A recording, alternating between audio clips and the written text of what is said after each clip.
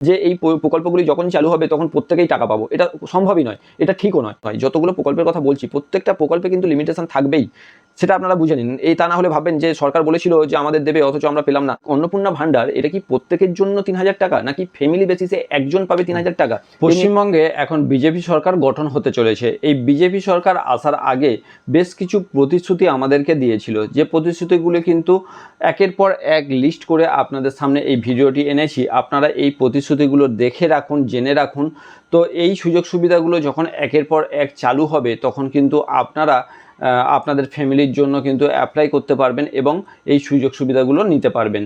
তো অবশ্যই চ্যানেলকে সাবস্ক্রাইব করবেন, কারণ এই যে যতগুলো প্রজেক্টের কথা আমি বলছি, এই প্রত্যেকটি প্রজেক্ট যখন চালু হবে তার যে ক্রাইটেরিয়া থাকবে, তার যে নিয়মকানুন থাকবে অ্যাপ্লিকেশানের করার বা অ্যাপ্লিকেশান কিভাবে করতে হবে, আমি স্টেপ বাই স্টেপ ভিডিও আনতে চলেছি।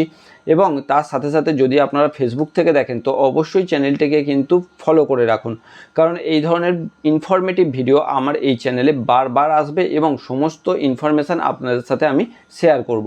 তো প্রথমেই বলে রাখি, যে প্রতিশ্রুতিগুলো দিয়েছিল তার একটা লিস্ট বানিয়েছি আমি। প্রায় 8টি প্রতিশ্রুতি আমরা দেখতে পাচ্ছি যেটা বিজেপি সরকার আসার আগে আমাদেরকে করেছে। সেই প্রতিশ্রুতিগুলো কতটা এখন সফল হবে, কতটা অ্যাপ্লিকেবল হবে, অ্যাপ্লাই করা হবে, চালু করা হবে, সেটি কিন্তু আমাদের এখন দেখার অপেক্ষা। তো প্রথমেই বলে রাখি, বিজেপি সরকার আসার আগে প্রতিশ্রুতি সবচেয়ে প্রথম যেটা দিয়েছিল তা হচ্ছে অন্নপূর্ণা ভাণ্ডার। অন্নপূর্ণা ভাণ্ডার বলতে আমাদের যেটা লক্ষ্মীর ভাণ্ডার ছিল, সেই লক্ষ্মীর ভাণ্ডার প্রজেক্টটা কিন্তু আপাতত বলা যেতে পারে প্রায় বন্ধ। আমরা ধরে নিচ্ছি যে এই মে মাসে কিন্তু তারা টাকা পাওয়া যাবে না। তো সেটা ধরেই অনেকের প্রশ্ন আসছে যে তাহলে উপায় কি আছে, মানে এই যে 3,000 টাকা করে অন্নপূর্ণা ভাণ্ডার দেওয়ার কথা হয়েছে সেটি বা কবে থেকে পাবে। তো আপনাদেরকে বলে রাখি, এই যে মে মাসটাতে টাকা পাওয়া যাবে না এবং এর পরবর্তী জুন জুলাইয়ে যে কবে টাকা পাওয়া যাবে সেটি কিন্তু এখনও পর্যন্ত সঠিকভাবে কোনো ইনফরমেশান নেই। এক্ষেত্রে দুটো উপায় আছে। একটা উপায় হচ্ছে যে লক্ষ্মীর ভাণ্ডারের যে লিস্টটি ছিল সেই লিস্ট ধরে প্রত্যেককে টাকাটা পাঠিয়ে দেওয়া হবে তাদের অ্যাকাউন্টে। ফলে সেক্ষেত্রে শুধুমাত্র 1,500 টাকা যেটা পাওয়া যাচ্ছিল বা 1,700 টাকা পাওয়া যাচ্ছিল সেটা একবারেই 3,000 টাকা হয়ে যাবে এবং কোনো ফর্ম ফিল আপের ঝামেলা থাকবে না। কিন্তু এটা হওয়ার চান্স কিন্তু খুবই কম। তো সেই জায়গায় হতে পারে কি, আমাদের নতুন করে ফর্ম ফিল আপ করতে হবে। এই নতুন করে ফর্ম ফিল আপ করলে কী কী নিয়মকানুন সেগুলো আমরা যখন হবে অবশ্যই ভিডিওর মাধ্যমে আপনাদেরকে জানাবো। তো সেখানে কি হবে, অন্নপূর্ণা ভাণ্ডার হবে নামটি চেঞ্জ হয়ে, এবং আমাদের প্রত্যেকের অ্যাকাউন্টে মানে মহিলাদের অ্যাকাউন্টে 3,000 টাকা করে আসার কথা। এখন এর পরবর্তী প্রশ্ন আসছে যে একই ফ্যামিলিতে, যেমন দেখা গেছে এর আগে একই ফ্যামিলিতে 3জন 4জন যদি মহিলা ক্যান্ডিডেট থাকতো প্রত্যেকেই সেই টাকাটা পেয়েছে, কিন্তু এখন এই অন্নপূর্ণা ভাণ্ডার এটা কি প্রত্যেকের জন্য 3,000 টাকা, নাকি ফ্যামিলি বেসিসে একজন পাবে 3,000 টাকা? এ নিয়ে কিন্তু বিশেষ প্রশ্ন সবার মনে জাগছে। এখনও পর্যন্ত তার কোনো ক্লিয়ারিটি নেই। পরবর্তী যেটা আসছে যে বার্ধক্য ভাতা এবং বিধবাদের জন্য, এই বার্ধক্য ভাতা এবং বিধবাদের জন্য যে 3,000 টাকা দেওয়ার কথা হয়েছে, এর আগেও আমাদের এখানে বার্ধক্য ভাতা ছিল, বিধবাদের জন্য ভাতা ছিল, তার পরিমাণটাও কিন্তু বাড়িয়ে 3,000 টাকা করা হয়েছে। পরবর্তী প্রতিশ্রুতি ছিল বেকার ভাতা 3,000 টাকা। অর্থাৎ এর আগে আমরা যেটা যুবসাথী প্রকল্প হিসাবে দেখেছি, কেউ একবার কেউ দুবার টাকা পেয়েছে, সেটি ছিল 1,500 টাকা করে যুবসাথী প্রকল্প। এই প্রকল্পটি প্রায় বন্ধ হতে চলেছে, সেই প্রকল্পের টাকাও আর আসবে বলে আশা করা যায় না। তো সেই জায়গায় থাকছে বেকার ভাতা। তো সবার আনন্দ করার কিছু নেই, কারণ এই যে বেকার ভাতা এর কিন্তু একটা লিমিটেশন ছিল। আমরা জানতাম যে যারা সরকারি চাকরি করে তারা পাবে না, যাদের ভালো ইনকাম রয়েছে তারা পাবে না। এই যে একটা এজের লিমিটেশন ছিল যে 40 বছরের উপরে হলে পাবে না। তো সেই রকম লিমিটেশানটা কিন্তু প্রত্যেকটা যে প্রজেক্ট রয়েছে প্রত্যেকটা প্রজেক্টে কিন্তু এই লিমিটেশান থাকবে। ইনকামের লিমিটেশান, বয়সের লিমিটেশান এগুলো থাকবে। ফলে এটা ধরে নেওয়া যাবে না যে এই প্রকল্পগুলি যখন চালু হবে তখন প্রত্যেকেই টাকা পাবো, এটা সম্ভবই নয়, এটা ঠিকও নয়। তো সেই জায়গা থেকে দাঁড়িয়ে বেকার ভাতা কিন্তু সবার জন্য নয়। বেকার ভাতা 3,000 টাকা করে বলেছে। তার নির্দিষ্ট বয়স থাকবে, তার নির্দিষ্ট এডুকেশান কোয়ালিফিকেশান থাকবে, তার নির্দিষ্ট ইনকামের একটা সীমা থাকবে। তো সেই সব সীমাগুলি মেনেই কিন্তু চালু হতে পারে বেকার ভাতা, এবং এটিও কিন্তু এখনও পর্যন্ত প্রতিশ্রুতিবদ্ধ হয়ে রয়েছে, এখনও পর্যন্ত চালু হবে। আগে সরকার গঠন হোক, এখনও পর্যন্ত তো শুধু বিজেপি সরকার এসছে, তার সরকারই গঠন হয়নি। তো একের পর এক হতে চলেছে আশা করা যায়। এর পরবর্তী যেটা ছিল জব কার্ডে এর আগে আমরা জানি 100 দিনের কাজ ছিল। আমরা 100 দিনের কাজ এর আগেও সরকার দিয়েছে আমাদেরকে, এবং পরবর্তী সময় সেটি বন্ধ হয়ে যায়, কেন্দ্রীয় সরকার টাকা দিচ্ছে না এই রকম একটা খবর শোনা গিয়েছিল রাজ্য সরকারের তরফ থেকে। তো সেই জায়গায় দাঁড়িয়ে বন্ধ হয়ে গিয়েছিল।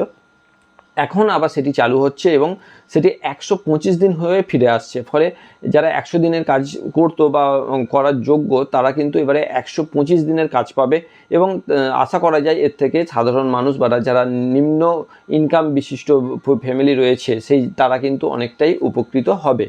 এর পরবর্তী ছিল কিন্তু আবাস যোজনা 3 লক্ষ টাকা। এই যে আমরা বাড়ির টাকা বা ঘরের টাকা পেয়েছে, যাদের কাঁচা ঘর ছিল তারা পাকা ঘর করার জন্য টাকা পেয়েছে, তারা কেউ 1,20,000, কেউ 1,60,000 এইরকম টাকা পেয়েছে। তো সেই জায়গা থেকে দাঁড়িয়ে সেটি ডাইরেক্ট 3 লক্ষ হতে চলেছে। মানে যাদের এখনও কাঁচা বাড়ি রয়েছে, যারা এখনও বাড়ি পায়নি, যারা এর জন্য এলিজেবল, তারা কিন্তু এবার যদি টাকা পায় এই প্রকল্পের আন্ডারে, তারা 3 লক্ষ টাকা করে পাবে। ফলে তারা কিন্তু স্বাভাবিকভাবে, এটা তো কমন ব্যাপার যে 1,20,000 টাকায় তেমন কিছু হতো না। এর আগে শোনা গেছে যে কাটমানি খেয়ে নিত, যারা দিত তারাই 20,000 টাকা খেয়ে নিত। তারপরে তো রাজমিস্ত্রি রয়েছে, তারপরে তাদের মেটেরিয়ালসের কষ্ট রয়েছে, সব কিছু মিলিয়ে একটা রান্নাঘর ছোট বা বাথরুম ছোট হয়তো 1 লাখ টাকায় সম্ভব, কিন্তু একটা বাড়ি 1 লাখ টাকায় সম্ভব হতো না। তো সেই জায়গায় দাঁড়িয়ে 3 লক্ষ টাকা পেলে আশা করা যায় যারা গরিব রয়েছে তারা উপকৃত হবে। পরবর্তী ছিল যে 200 ইউনিট বিদ্যুৎ ফ্রি। এই 200 ইউনিট বিদ্যুৎ কিন্তু সবার জন্য ফ্রি নয়। 200 ইউনিট বিদ্যুৎ ফ্রি হবে এবং তার যে ক্রাইটেরিয়া থাকবে সেটা এখনও পর্যন্ত জানা যায়নি। তো কিছু লোক অন্তত পাবে যারা এর জন্য এলিজেবল, তারা কিন্তু 200 ইউনিট করে বিদ্যুতের যে বিল তা কিন্তু ছাড় পাবে। তো দেখা যাক কারা কারা এর জন্য যোগ্য এবং কারা কারা এই টাকা পায়।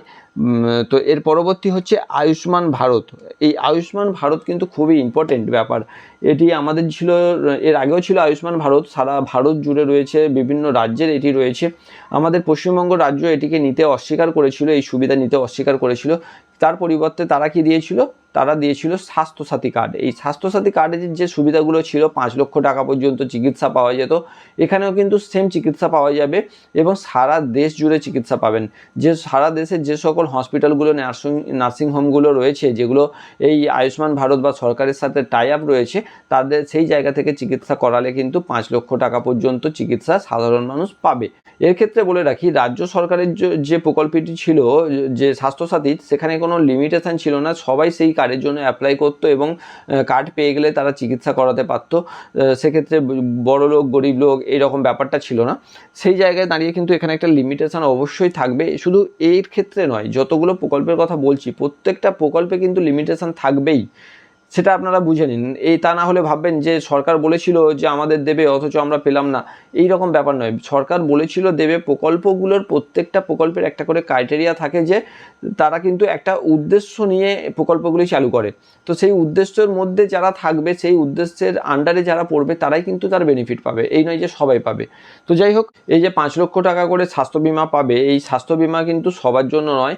শোনা গেছে যে অন্য স্টেটে যখন চলছে তাদের ক্ষেত্রে, যে বাড়িতে যদি আপনার এসি থাকে, ফ্রিজ থাকে, 4 চাকা গাড়ি থাকে, তা আপনার ইনকাম যদি একটা মিনিমাম লেভেলের উপরে থাকে, তাহলে কিন্তু এই প্রজেক্টের যে সুযোগ সুবিধা তা কিন্তু পাওয়া যায় না। তো অবশ্যই তার জন্য তৈরি থাকবেন, পরে বলবেন না যে দেবে বলেছিল দেয়নি। দিতে পারে, দেবে বলেছিল, কিন্তু তাদের একটা লিমিটেশন অবশ্যই থাকবে। পরবর্তী যে প্রকল্পটি হচ্ছে তা সরকারি যারা কর্মচারী রয়েছে, কেন্দ্রীয় সরকারের নয়, অবশ্যই আমাদের রাজ্য সরকারের। তা হচ্ছে কেন্দ্রীয় সরকারের সমতুল্য ডিএ দেবে রাজ্য সরকার কর্মচারীদের জন্য। তো রাজ্য সরকারের কর্মচারীদের যে ডিএ, তার পরিমাণটা কিন্তু কেন্দ্রীয় সরকারের তুলনায় অনেকটা কম ছিল। এ নিয়ে অনেক মিটিং মিছিল হয়েছে, আন্দোলন হয়েছে। তো এই জায়গায় দাঁড়িয়ে যখন বিজেপি সরকার চলে এসছে, তারা বলেছে যে আর মিটিং মিছিল করার প্রয়োজন হবে না। তারা সরকারে আসার পর থেকে 60 দিন পর, মানে সরকার গঠনের 60 দিন পর থেকে এটা নিয়ে কাজ করবে এবং যে রাজ্য সরকারের যে কর্মচারীরা রয়েছে তাদের ডিএ কিন্তু বাড়িয়ে দেওয়া হবে। ফলে তাদের মাইনেও বাড়বে, ইনকামও বাড়বে, সব কিছু। তো সেই জায়গা থেকে দাঁড়িয়ে এটা বলা যেতে পারে যে সবার জন্য নয়, বুঝতেই পাচ্ছেন, যারা সরকারি কর্মচারী রাজ্য সরকারের, শুধুমাত্র তাদের জন্য। ভিডিওটা ভালো লাগলে অবশ্যই শেয়ার করবেন সবার মধ্যে এবং বারবার বলছি চ্যানেলকে এই জন্য সাবস্ক্রাইব করবেন যে প্রত্যেকটা প্রজেক্টের যখনই কোনো ইনফরমেশান শেয়ার হবে, আমরা সেটাকে প্র্যাকটিক্যালি আপনাদেরকে করে দেখাবো, কিভাবে অ্যাপ্লিকেশান করবেন, কিভাবে তার জন্য ডকুমেন্ট প্রিপেয়ার করবেন, সব কিছু রেডি আপনাদেরকে দেখাবো এবং আপনাদেরকে সাহায্য করব যাতে আপনারা প্রত্যেকে এই যে সুযোগ সুবিধাগুলি আছে সেগুলি আপনারা পেতে পারেন। তো যদি ফেসবুক থেকে দেখে থাকেন তাহলে অবশ্যই ফলো করবেন এবং ইউটিউব থেকে দেখলে অবশ্যই চ্যানেলকে সাবস্ক্রাইব করবেন।